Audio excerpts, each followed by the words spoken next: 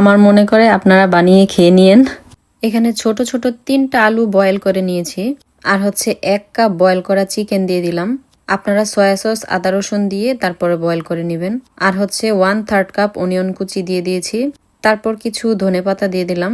এখানে হচ্ছে একটা মশলা দিচ্ছি, আপনারা চাইলে যে কোনো কাবাবের মশলা ইউজ করতে পারেন। তো আমি এখানে হচ্ছে ধনিয়া, জিরা, মৌরি আর হচ্ছে গুঁড়ামরিচ একসাথে টেলে তারপরে ব্লেন্ড করে দিয়েছি। আর হচ্ছে চিলি ফ্লেক্স দিয়ে দিলাম আর একটু। আমি 2 টেবিল চামচ পরিমাণে আমার সেই স্পেশাল মশলাটা দিয়ে দিয়েছি। সাথে দিয়ে দিলাম স্বাদ মতো লবণ। তারপর 1/3 কাপ পরিমাণে একটু চিজ দিয়ে দিচ্ছি। আর বেশি চিজ দিতে যাবেন না, তাহলে কিন্তু ফেটে যাবে, মানে ফেটে বের হয়ে যাবে। তারপরে এখানে আমি ভালো করে মেখে একটা ব্রেড দিয়ে দিচ্ছি, মানে একটু ভিজিয়ে নিচ্ছি ব্রেডটাকে। তারপর এটার সাথে দিয়ে দিচ্ছি।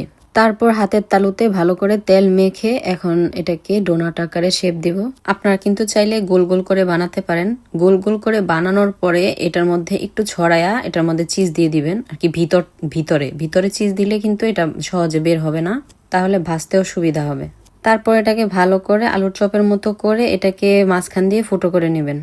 জাস্ট এটা বাচ্চাদের জন্য আর কিভাবে বানাতে পারেন। বেশি তাড়াহুড়া করতে গেলে আপনারা মানে আলু চপের মতো বানাতে পারেন, বা রসগোল্লার মতো করে ভিতরে চিজ দিয়ে তারপরে ভাজতে পারেন, সেটাও কিন্তু খেতে ভালো লাগবে। তো এখানে আমি 2টা কোট দিব, সেজন্য আমি ময়দার মধ্যে একটু গোঁড়ামরিচ আর হচ্ছে অরিগেনো আর একটু লবণ দিয়ে একটা বেসনের মতো গাঢ় ব্যাটার করে নিচ্ছি।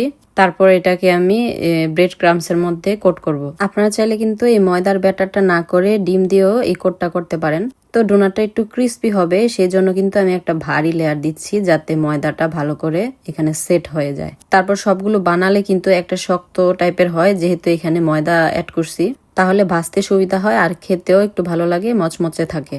তারপর আর কি বলবো, যেভাবে ডুবো তেলে ভাজবেন সেভাবে ভেজে নেবেন। আর যেহেতু সবকিছু কুক করা, সেহেতু বেশি একটা দেরি হয় না, গোল্ডেন ব্রাউন করে ভেজে নেবেন। এই তো হয়ে গেল আমার চিকেন ডোনাট রেসিপি। তো দুঃখিত, আমি এটা খুলে মানে ভেঙে দেখাতে পারলাম না, কারণ সেই মুহূর্তে আমি রোজা ছিলাম। আর এটা কিন্তু যে কোনো সবজি দিয়ে খেলেও অনেক মজা লাগবে। তো ভালো থাকবেন, সবার রমজানগুলো যাতে ভালো কাটে আর ঈদটা যাতে ভালো হয় সেই কামনা করছি। আল্লাহ হাফেজ, আসসালামু আলাইকুম।